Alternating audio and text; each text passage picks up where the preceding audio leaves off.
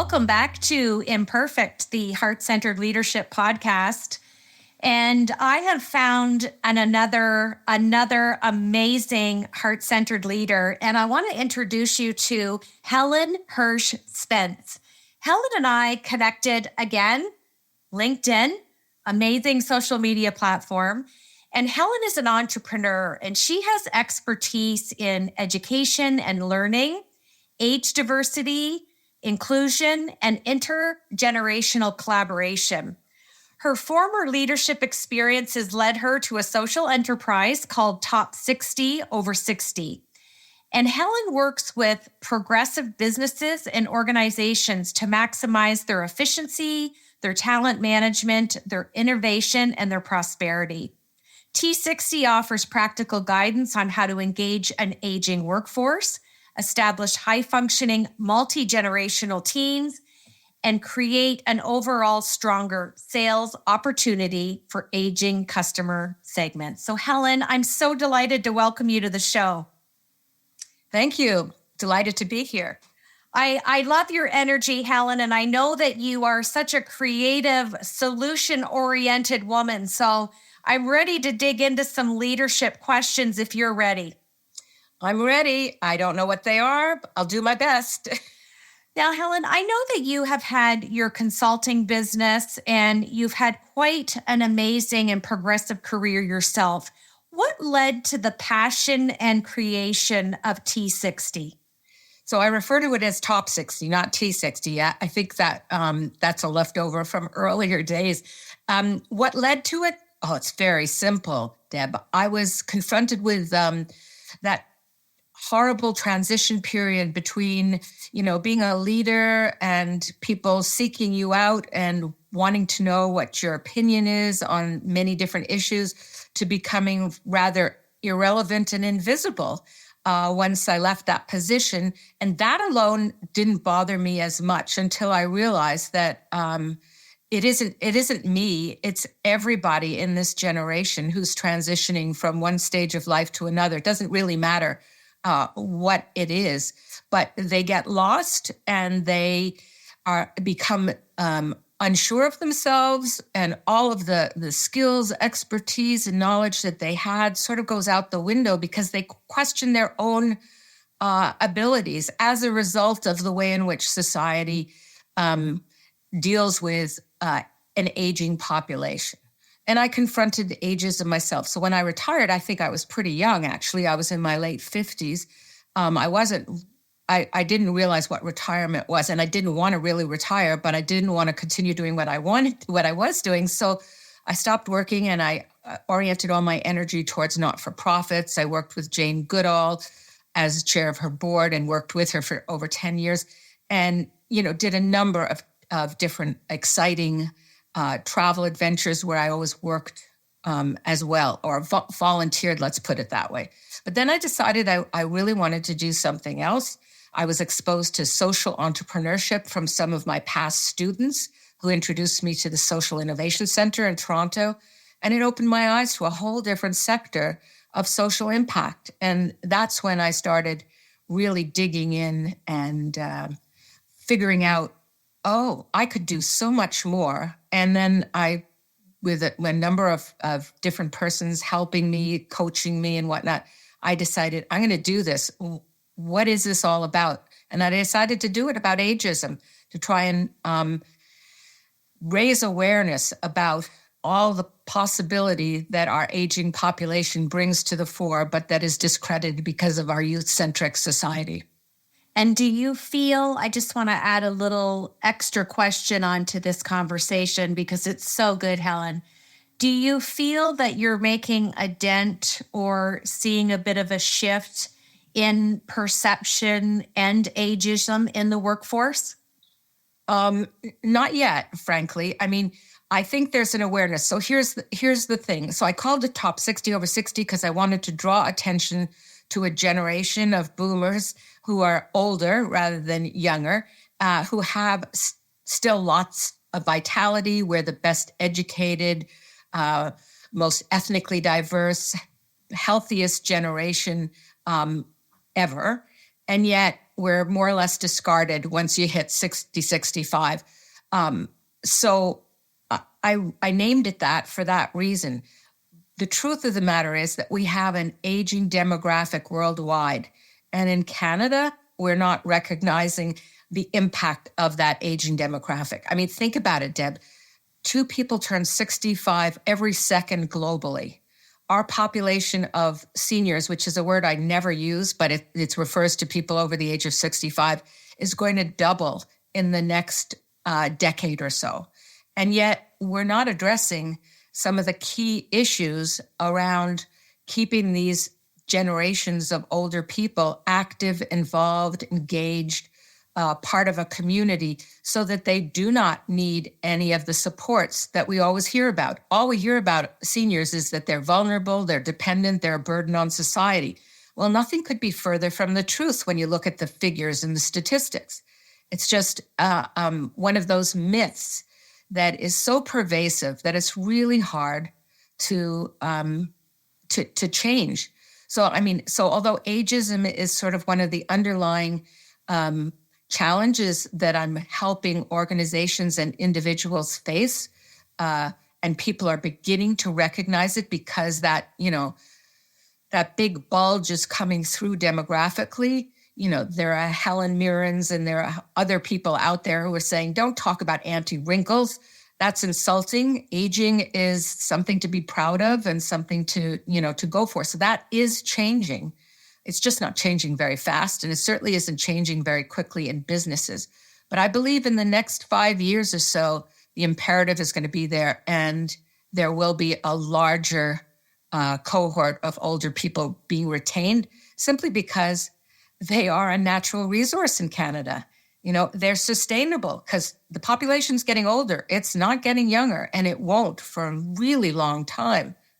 So, and we can't bring in enough immigrants. And as you know, due to COVID, we now have, global talent, converging on every single business. So there's more competition. But in Canada, in order to prosper, we really need to take advantage of the economic strength that older adults bring to the workforce. Well, I love that. Not only the economic strength, but I look at the foundation and the strength of emotional intelligence and the ease of those soft skills like you have in heart-centered leadership. Technical skills can always be trained. The soft skills can't. So such an interesting conversation. My second question that I love to give all of my guests, Helen, is what imperfections do you feel that you bring to your heart-centered leadership? I don't want to dodge the question, but I just want to add one thing because you said something significant about older adults have experience. They have life experience. And what I didn't know, except through the research that I've done, is that experience actually trumps knowledge and skill. So you're absolutely right when you said that those skills that we bring, they're skills that complement a younger generation. And when you put the two together, it's really a dynamite duo, let's put it that way. So imperfections. I didn't think about this in advance because I forgot. I can't tell you of any perfections that I bring to the leadership. I think, I'm a very idealistic, perhaps, or too idealistic. I thought when I started this in my late 60s that everyone would get it. And I have found out the hard way that they don't. That's been hard on me personally because I thought it was so obvious, but now I'm realizing what I'm really involved in is like an awareness campaign of all the issues around aging. And that's not easy to do. So I work more or less alone, and I have had a colleague working with me for about 2.5 years. She's taken on another role at the moment, but I have somebody else who's working with me who's wonderful as well. But I'm pretty much on my own. So I've had to learn so much, and my impatience probably at learning different platforms, such as trying to put courses online or just upgrading to Word 365 or Microsoft 365, a lot of things that I am intimidated by initially. And then I remember, no, I can do this, but it takes me longer. And I have to understand that I didn't grow up with all of these digital competencies that I could use. I mean, there's such, as I say, I can't think of any perfections, marketing, branding, all of those things that I knew nothing about. And I say branding because I named this Top 60 Over 60 because I was so excited about the potential of doing something along the lines of competition at that time. But in fact, my passion has been working with older adults and helping them realize their unconscious bias, which is holding them back. So I created a program called Reset, and it was supported by the Ontario Centre of Workforce Innovation in Ryerson. And it was all about identifying the self-directed ageist belief system that impedes older adults to take on sort of an entrepreneurial mindset. So, I mean, the imperfections are probably very much that I launched into something without fully understanding the implications of every aspect of what I was doing, and hoping and working towards a goal, which I continue to work towards, but I'm by no means there. But I do think that we have an impact because, again, another area for me that was totally unknown was social media, and understanding how that works and making what we're doing, relevant to the right audiences, which are businesses, so B2B, to help them understand the value of multi-generational workforces and retaining their older employees or rehiring others. Deb, there's so many things that I've done incorrectly, imperfectly. And you know what? They've all led me to learn that much more. So absolutely no regrets, but it's like doing a PhD in learning through failure, if that makes any sense to you. Well, it makes total sense. And I love your openness and vulnerability. And I believe progression continues when we keep falling forward and trying. And I think you're doing a great, great job, which is why I wanted you on the show. My next question, I wanted to really shine the spotlight and frame a question so we could really speak to our listeners who are entrepreneurs or employers or even within the HR sector.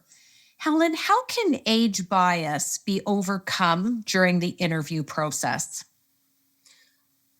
Oh, well, I mean, I really, when I work with clients, with HR or with leaders and whatnot, I really like to do a bit of an audit of everything that they have that surrounds them. So to speak, to give you an example, their website, what kind of images are they showing on their website? So let's say I'm going for an interview, I'll check out the website and all the information that's on there. I'll look at the diversity and inclusion strategies or policies to find out a bit more. But it's very much the language that's used in interviews, the bias that you're not even aware of. So that's why I try to work with people to help them understand how pervasive this bias is. Because just by asking a question about experience, you could be knocking out older or younger employees because you say, for instance, you don't want more than 10 years experience, or you want more than 10 years experience. There's all sorts of language or not just language, but sort of expressions, that we use. And that's what I do a lot of in terms of raising awareness around the issues. For instance, I'll give people examples of ads which look pretty innocuous. However, when you dig slightly deeper, you'll realize that there's a bias there, but you wouldn't have seen it. You use expressions, for instance, somebody might approach you and say, gee, you look great for your age. And that sounds like a compliment, but really it's a backhanded insult in that what is your age supposed to look like? We're so focused on chronology and not focused on the attributes that individuals bring to the various roles. So there's no easy one answer, Deb, to that. It really has to be a fairly larger conversation around, what it means to include and make people belong. And it's not just the interview process, but it begins there. Actually, it begins in the recruiting process when you start looking for people, being very conscious of what you're saying. And I mean, there's so many research studies that have proven that the minute somebody recognizes that the individual is older, they'll get far fewer callbacks than somebody who's younger. So I won't go into the research, but it's massive, the bias. Well, it is massive, and I'm glad that you're spearheading Top 60 and really doing and bringing your vision to fruition. I have heard comments over the years with some of the HR professionals that I've worked with, and I think it's important to kind of bring some of those comments on the show just to let people know, to provide that cognizance, or hearing the comment to say, oh, that does resonate with me. I've heard this. Comments like, are you sure you can handle this job? Right. It takes a lot of energy and enthusiasm, and we're looking for someone with career potential. I've heard that. I've heard things like, you don't need this training at your age. What would the benefit be? Right. That's such a misnomer. I mean, that's such a myth.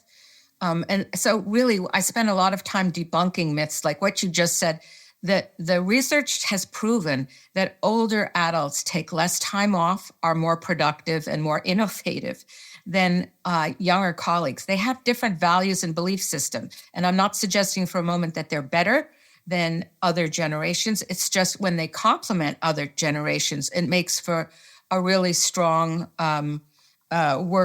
workforce. You're absolutely right. So people also think that older people can't learn as quickly. There's this misguided belief that you can't learn technology. Well, the fastest growing group of people who have adopted technology are those who are over 65, something like 150% since I can't give you this. I could give you the specifics, but I won't. But it's huge. And 70% of those people use technology daily. So as I said, like with me, learning some of those platforms, it may take a little bit longer, but I can do it. And I know I can do it. But the big problem is believing that I can do it. And that's what I try to, when I work with individuals, either coaching or with some of the coursework that we do, that's where the emphasis has to be, because people have lost their self-agency because they have bought into that unconscious myth that they're not capable after a while. So brain research has shown that we can rewire our brains, and we're doing it all the time. There's brain research on memory and how we still have the ability to increase memory. So there's so much misrepresentation of what it means to be older like that. And the other biggest problem is the fault of many in HR is they do not invest in their older workforce. If they were to train or give them the same amount of training, even as they approach 60, 65, but truthfully, ageism begins already at age 45. People are experiencing it at that point, that they're going to walk away at age 55. These people don't want to walk away. Like, retirement is not what it was for our parents. It is not the, people are recognizing with a longer lifespan that very often they have to work longer to finance it. But more importantly, they want to work, not necessarily in the same capacity. So there's so much that HR could do to be more diverse and more inclusive without in any way diminishing the productivity and the business case, which is exactly the antithesis of what people think. And there's now, because of the aging demographic, there's a ton of research that proves that. But people don't know it yet. And they just, they keep on going in the same direction. And truthfully, I mean, the leaders in these businesses and companies, they have to understand it too. And very often they are older white men. And, they have that privilege, but they don't necessarily see that it's valid for others. It's very funny, but it'll change, I think, slowly but surely, out of necessity. But I'd like to help people in talent management understand how they can get ahead of the game now. And that's an interesting and very challenging conversation. It doesn't have to do with ageism. It just has to do with recognizing the strength. The minute you bring up the word age or ageism, everybody shies away and doesn't want to have anything to do with you because they know about the laws and the legal implications. And they're scared, and rightly so, because there have been huge cases against businesses for being discriminatory. But there are ways that you can include people meaningfully and also get rid of the dead wood that you don't want to have, right? So absolutely. That's something I've seen greatly this year is anyone who has been in any type of senior management, senior leadership, executive leadership, even right up to C-suite. There's no room for complacency, especially during a global pandemic. No. So I love that. Who's coming out of the woodwork to help? It's interesting. We're calling on retired doctors, nurses, and teachers to help out.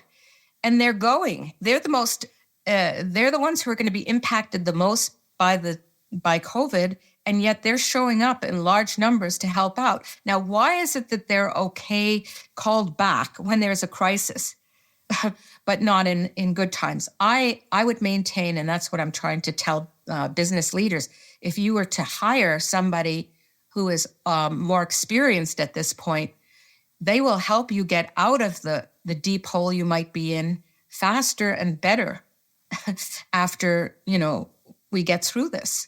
And I don't know how many people take me up on that, but it's true. I can give you a classic example. The woman I was working with, who was a comms person, she was in between roles. She worked with me for over 2 years. Phenomenal comms person. She was recruited, and within 4 months, it was a contract. She was given the full-time role for all the comedians, internal and external, for a national commission. I mean, they would be nowhere without her, Well, the good news is there's many good things and many qualities that have come out of this year. And it leads nicely into my last leadership question for you, Helen, is what would be your definition, combination of looking at through both a personal lens and a professional lens? What do you think a great leader possesses? A ton of empathy. That's probably the most significant quality that I think most leaders need and recognize slowly that that's what's necessary. I think they need all of the skills that they've always needed before, such as, good judgment, communication skills. But they also need collaborative skills. They need critical thinking. They need to recognize, that the workplace is more than just a workplace, that it's a community. I really believe that one key component of being an excellent leader is ensuring that your employees or your staff feel understood, safe, and that they can learn in their roles. When I look at the research around millennials and how often they shift jobs, one of the reasons they do that is because they want to have different experiences. So I think that, we really need to give them opportunities. So as I say, I think one of the most important roles, and I say that today just because of COVID and all of the implications and what it's going to mean when we come out of it. But there's so much more to leadership than that. And, you have to recognize, self-awareness, know who you are so that you can complement your strengths with your leadership team, and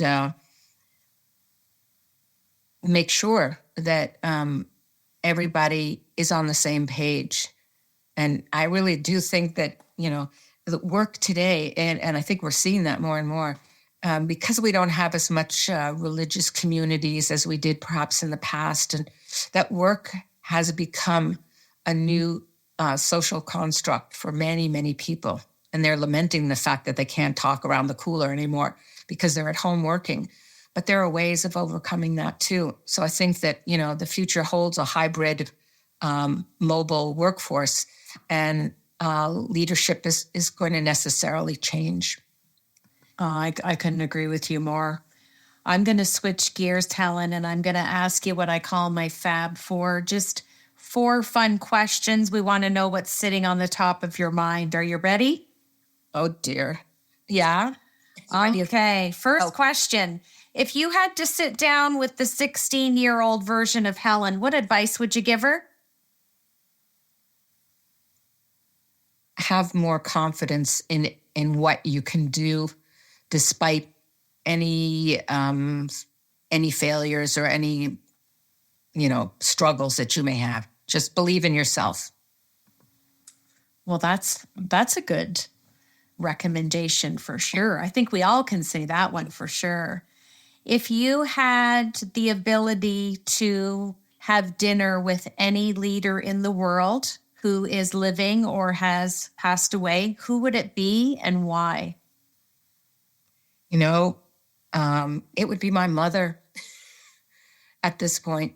I can't tell you how often I have thought about my parents, both of them, but my mother, because she was a woman, it had me in the late 40s, and she was an amazing role model, and I didn't realize some of the struggles that she had, and I'd like to delve further into them. Now, I understand her so much better now that I am also aging, and I would love the opportunity to find out more how she managed as well as she did, despite all the things she did wrong. I would love to have a conversation with my mother now. That's lovely. Who has been your biggest mentor, whether it be in your personal life or business, that you can share with us today? Gosh.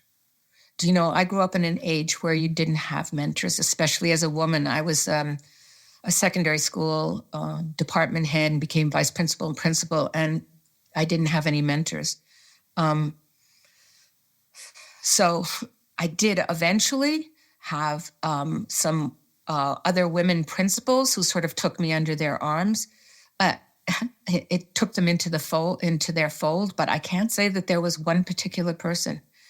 And so therefore, I have made a point of making mentoring one of my go-to attributes. And I am there for all of the younger people that I've worked with, as well as older people too, because I believe it is absolutely fundamental. And it's one of the most important activities you can do is mentor and then sponsor those people. But I can't think of one person offhand. Well, I've heard many people say it takes a village. So I understand that, because there's many that have also helped me along the way. And I would feel amiss if I forgot someone's name. So I completely align with you on that. My last question is, Helen, what do you want your legacy to be? My goodness, I feel like I'm writing a eulogy here. This is so... I guess I want to be remembered for, the contributions that I've made personally in the lives of students of the past, and now in this stage of my life, that I make some serious inroads into fighting ageism and helping people overcome their own hesitancy as they age, to become, to lead with their own potential. In other words, maximize who they can be at every stage of their life, including their older stages. Because I think we're terribly, terribly disadvantaged by the myths that we have grown up with, and believing that, as women, we'll be in a rocking chair on a porch knitting, and that as men, we're sitting there smoking a cigar, watching your older wife knit. Nothing could be further from the truth. So I don't know. Absolutely, that makes sense. And I just, I want to commend you on the initiative of Top 60 Over 60. I'm excited to watch your journey and where you take this. And I want to thank you for being on the show today and giving us a little bit of your time and sharing your expertise. Well, it's been a delight talking to you, Deb, and I look forward to other conversations, either on or offline. It's just fine. Absolutely.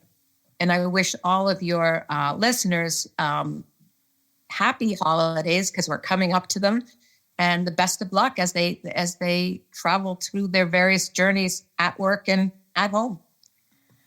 Absolutely. And I'm going to close the show off today with a quote from Sophia Loren.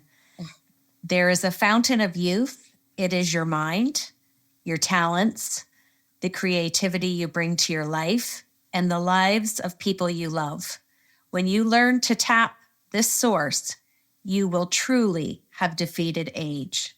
So this is Deb Crow. Thank you for joining me once again on Imperfect, the Heart-Centered Leadership podcast.